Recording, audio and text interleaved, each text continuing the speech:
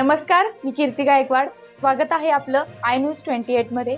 चला तर मग जाणून घेऊयात महाराष्ट्रातल्या ताज्या घडामोडी. सतत 10 वर्षे सीताई फाउंडेशनच्या वतीने अल्पदरात शिर्डीवारी.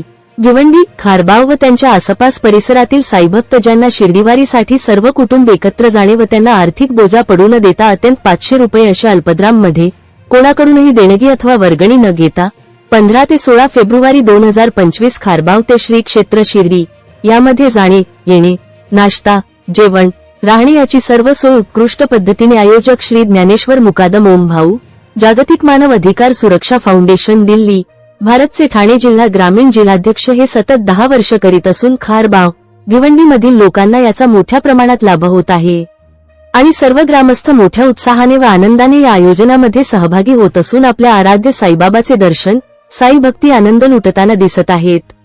वार्ताहर इंडिया न्यूज 28 साठी ठाणे जिल्हा हेड प्रणय प्रभाकर पाटील यांची रिपोर्ट.